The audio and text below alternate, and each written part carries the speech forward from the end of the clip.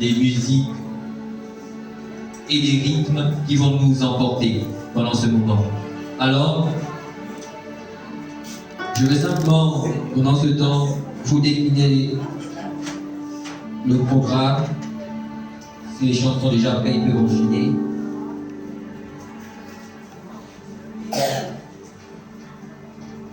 Celui qui vit en moi est bien plus grand, bien plus puissant que celui dans le monde. Celui qui vit en moi est bien plus grand, bien plus puissant que celui dans le monde. Celui qui vit en moi est bien plus grand, bien plus puissant que celui dans le monde. Celui qui vit en moi est bien plus grand, bien plus puissant que celui dans le monde. Celui qui vit en moi est bien plus grand, bien plus puissant que celui dans le monde. Celui qui vit en moi est bien plus grand, bien plus puissant que celui dans le monde. Je marche dans l'assurance, j'avance en toute confiance, je me tiens dans la victoire. Et celui qui vit en moi, je marche dans l'assurance, j'avance en toute confiance, je me tiens dans la victoire. Et celui qui vit en moi, je marche dans l'assurance, j'avance en toute confiance, je me tiens dans la victoire. Celui qui vit en moi, celui qui vit en moi. Il est dans l'âge, il me rend ce Dieu redoutable, ce Dieu tout-puissant, l'Esprit de Dieu qui habite en moi, me conduit dans l'allée connue de la domination. Il est dans la, il est dans la, il me rend Dieu tout-puissant, tout-puissant. Alléluia. On va faire signe que les mariés avaient fini les derniers ajustements. Ils étaient en train de faire dans la voiture. Donc je vous invite donc à vous lever, à pouvoir les accueillir.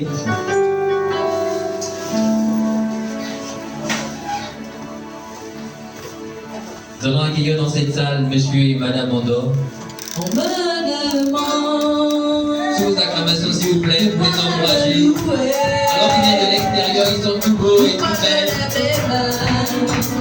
C'est un jour particulier pour eux. Ils viennent également en pleurs à Dieu pour ce moment particulier dans leur vie. Bonne arrivée.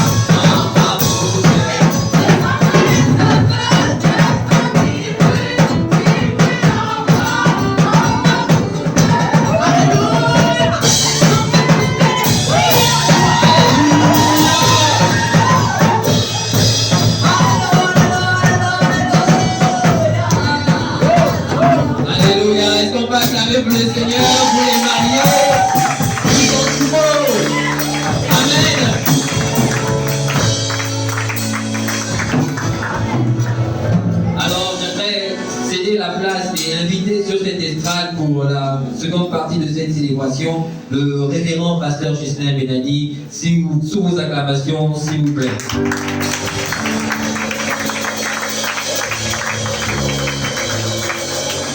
Gloire à Jésus. Alléluia. Praise God. Journée merveilleuse. Prions le Seigneur. Notre Dieu et notre Père, nous venons dans le nom précieux de Jésus, Seigneur, de recommander ces instants.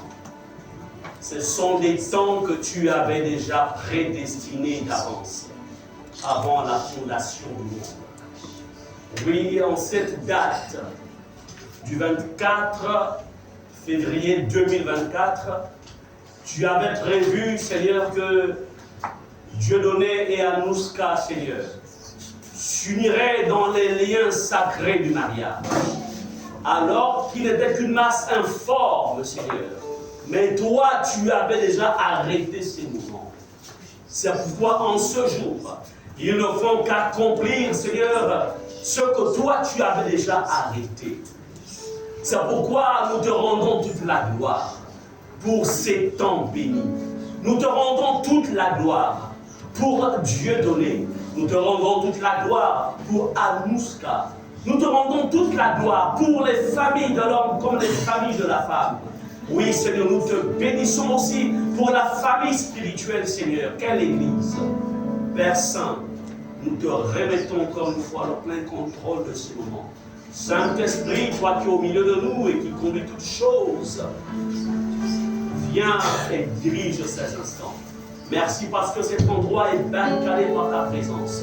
Et le sang de Jésus inonde cette sphère. Au nom puissant de Jésus, à toi soit l'honneur et la gloire. C'est dans le nom précieux de Jésus que nous prions et nous disons Amen. Amen.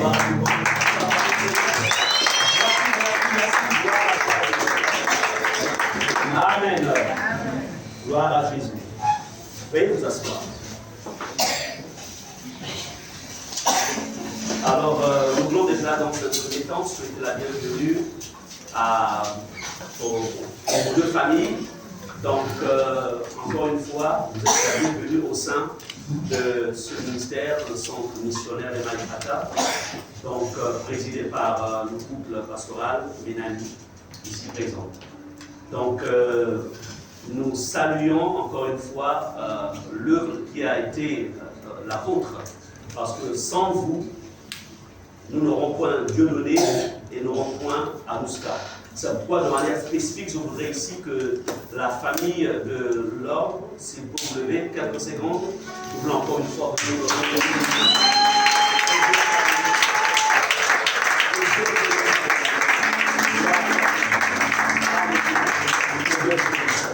Merci. Nous allons aussi demander à la famille de la femme de se lever, nous voulons encore une fois bénir aussi.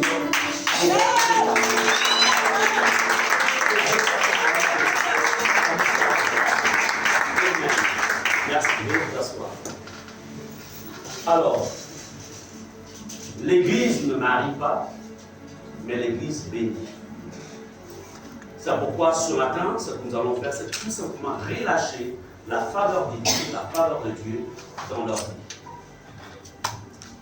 Nous bénissons donc le Seigneur pour Anouska et Dieudonné. Et nous savons que dans les cieux, notre Dieu a les regards sur vous. Parce que vous êtes en train d'accomplir la volonté parfaite de Dieu.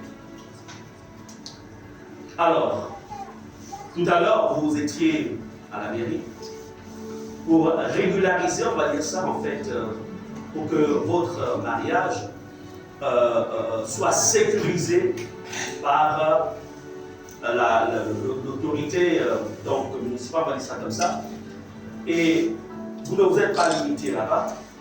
Vous avez dit, on va aussi aller vers le Seigneur qui est le créateur du mariage. Donc, l'homme n'est pas le créateur, mais c'est Dieu qui en est le créateur. Alors, vous avez jugé utile de venir dans la maison de Dieu, afin que sa grâce incommensurable se repose sur vous. Et après ici, vous serez avec les familles, où il va aussi falloir que les familles vous libèrent. Yes, ouais. Parce qu'en fait, la dot est de Dieu. Amen. Amen. Est de Dieu. Donc, quand il n'y a pas dot, il n'y a pas vraiment alliance. Donc, c'est pourquoi il est important tout à l'heure, par l'acte qui sera posé tout à l'heure. Alors, le cordon ombilical va être coupé entre elle et les siens, et elle va rentrer en fait dans ta vie de manière officielle. Alors, donc, je voudrais ici vous donner quelques conseils. Amen. Amen. Quelques conseils parce que le voyage que vous avez décidé d'effectuer aujourd'hui ne s'achèvera qu'avec le retour de Jésus. Alors, soit le retour de Jésus, soit on doit passer par la voie tracée par lui, le Créateur, ça comme ça. Mais dès l'instant où vous vous tenez là, ce qui voudrait dire que vous avez bien réfléchi, tellement réfléchi, je vous ai dit, il n'y aura pas de marche arrière. Donc les conseils que je vais vous donner aujourd'hui ne sont pas des choses qui sont lues dans les livres. Non, non, non, non. Parce que le mariage, ça ne se raconte pas, ça s'expérimente. Amen. Alors, c'est pourquoi ce que je vais vous donner comme conseil, c'est 25 ans d'expérience. Mon épouse et moi. 25 ans. 25 ans de fidélité, 25 ans d'amour, 25 ans aussi de solutions trouvées en Dieu quand il y avait quelques obstacles, petits soucis.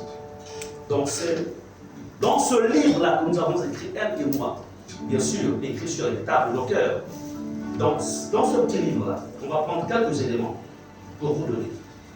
Et si vous observez ces éléments, je vous le dis en vérité, vous servez tous de bénédiction pour la multitude. Parce qu'aujourd'hui, il y a en fait un problème de modèle. Il y a un problème d'exemple.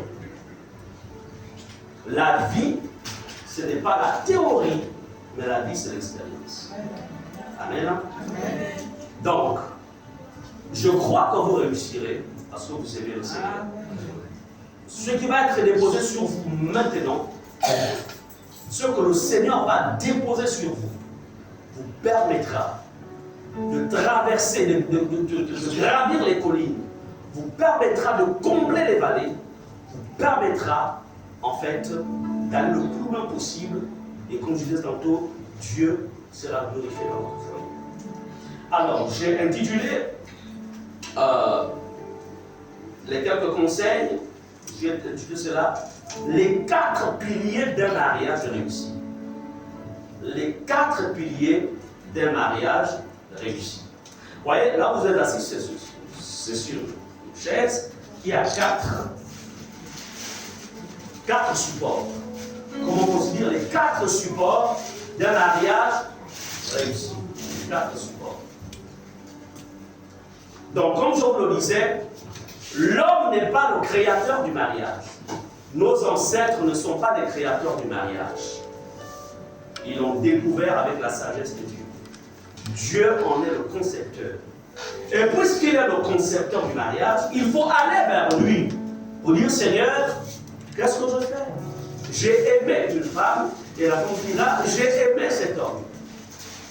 Alors, je voudrais avoir les ingrédients de réussite, les ingrédients du succès. Je voudrais avoir les ingrédients.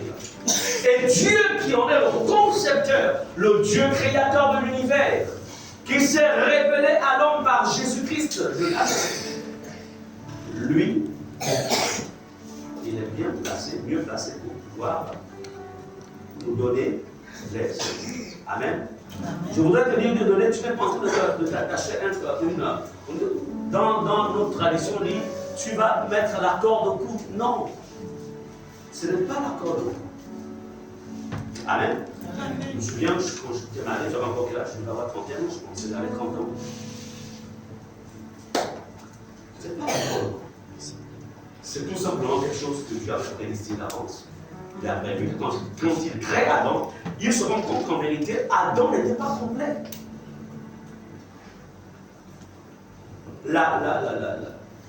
le complément de l'homme, c'est la femme. Sans la femme, l'homme est incomplet. Et vice-versa. Donc, en vous mettant, en permettant que tu rencontres Anouska et qu'Anouska t'accepte, il y a là en fait la complémentarité. D'où au fond de ton corps, tu t'étais dit, waouh, voici cette qui est hors de maison et chère de marché. Le premier pilier d'un mariage, c'est Jésus-Christ lui-même. Répétez le premier pilier de notre mariage, c'est Jésus. Amen. Il est écrit au commencement était la parole était avec Dieu et la parole était Dieu. Hors de Jésus, il n'y a pas de succès dans le mariage. Jamais. Il n'y a pas de succès. Parce que ce n'est pas l'argent qui fait le mariage. Non. Je connais des femmes qui ont été remplies d'argent par leur époux. Mais l'époux ne leur avait pas. L'époux n'était pas accessible. Il était entre deux continents. Dans le mariage, la vie, tout n'était pas heureuse. Donc, ce n'est pas l'argent qui fait le mariage. Certes, on a besoin d'argent, mais ce n'est pas l'argent qui fait le mariage. Amen. Amen. C'est pourquoi, ce qui est bien, c'est que tu es né de nouveau, elle est née de nouveau, vous êtes en Jésus-Christ, alors, faites de Jésus le soubassement principal. Le soubassement principal de votre mariage. Jésus est la parole. Que votre mariage s'appuie sur la parole. La parole. Là-dedans, il y a le mode d'emploi de votre mariage. Ce n'est pas la sagesse de nos traditions qui sont à la source du succès des mariages. Non. Parole. Il y a des bonnes choses, des bons conseils dans nos traditions parfois. Mais quand ces conseils sont conformes à la parole, vous les prenez, vous les prendrez. Mais quand ce n'est pas conforme à la parole, on les met de côté. Est-ce qu'on est ensemble? Donc, Jésus va être, en fait, le fondement de votre mariage. Quand on dit Jésus doit être le fondement, ça veut dire quoi? Pour gérer ton épouse et pour que ton épouse te gère, c'est selon la parole de Dieu. C'est pourquoi dans le psaume 127, verset, il est écrit: si l'Éternel ne bâtit la maison, si l'Éternel ne bâtit le mariage, ne bâtit un couple, ceux qui la bâtissent travaillent en vain. Si l'Éternel ne garde le mariage, celui qui la garde ou qui le garde, veille en vain. Faites de Jésus le fondement. Amen. Amen. C'est très important. Mon épouse et moi, on a fait de Jésus, jusqu'à présent, on a fait de lui le fondement de notre mariage. Les vents ont soufflé, les tempêtes s'étaient levées, nous sommes restés fermes. Pourquoi? Pas par nos capacités, mais par la capacité de Jésus-Christ en nous. Et vous, donc la même capacité.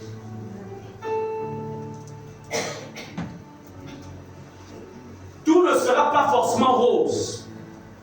Il y aura des temps de sécheresse. Mais n'oubliez jamais que vous avez celui qui est la source d'eau vive. Quand il y a la sécheresse, invoquez celui qui est la source d'eau vive. Et il viendra abreuver ce sol sec.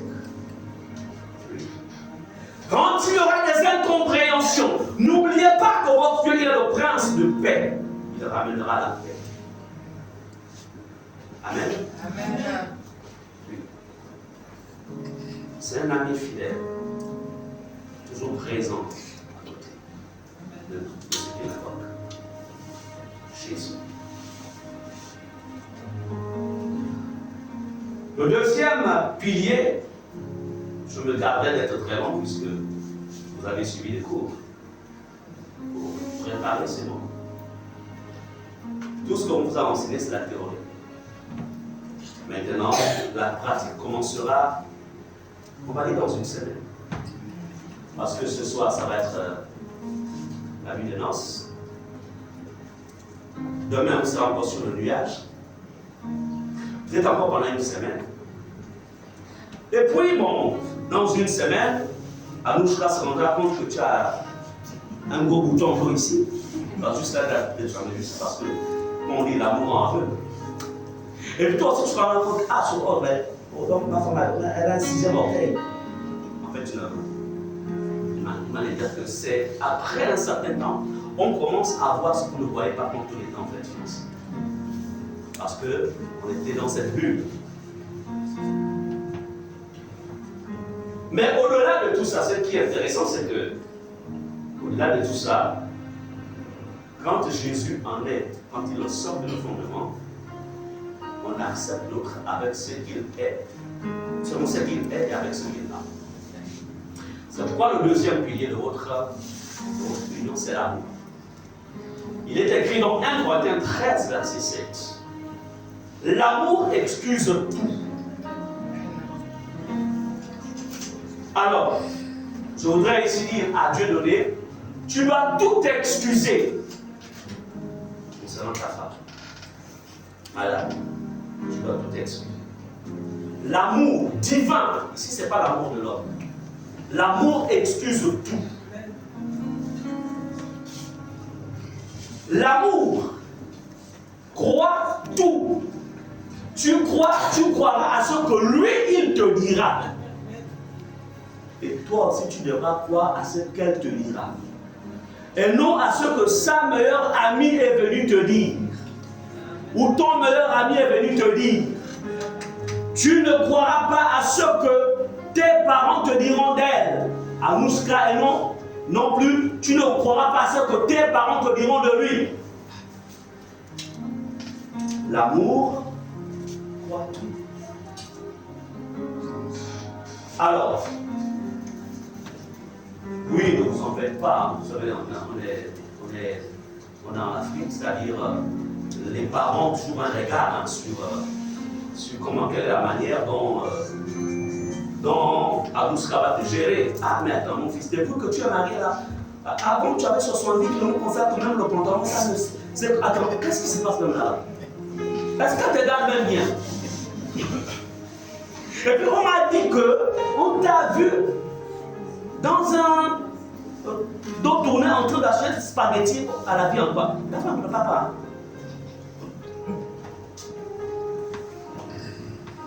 Alors, et même chose aussi. Attends, quand tu étais ici, on s'était rendu compte, tout à l'heure, on constate que tu as maintenant l'œil un peu noir ici. Attends, qu'est-ce qui se passe là-bas?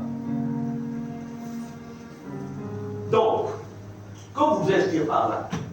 Je voudrais dire que, en fait, ne bâtissez pas votre union sur les arguments qui viendront de l'extérieur. Il est permis à vos parents de vous interpeller, il est permis, mais à vous de prendre ces interpellations, de les mettre, j'appelle ça en fait, dans un réservoir, et vous filtrer, les faire passer au filet de la parole. Amen. L'amour croit tout. Voici ta meilleure amie. Je ne sais pas, même au niveau de l'église, qui était ton meilleur frère en Christ, mais il faut comprendre que ne jamais mettre quelqu'un au milieu de vous, ni ta meilleure amie, ni son meilleur ami, jamais au milieu. Vous devez être comme ça, bien connu. Parce que les intermédiaires ont un ministère de destruction silencieuse. Jamais d'intermédiaire. Quand il y a quelque chose qui ne va pas, vous venez chez nous. Ou alors chez le couple qui vous a suivi, le couple, donc, vous, qui sont les responsables chargés du mariage. Amen. Évitez les intermédiaires. en 25 ans de mariage, jamais nous n'avons d'interdiction. Nous trouvons nos solutions, nous mettons la chance dans la parole de Dieu. Amen. Je voudrais vous dire que la vie que vous avez vécue hier, avant que vous n'ayez Christ, c'est différent de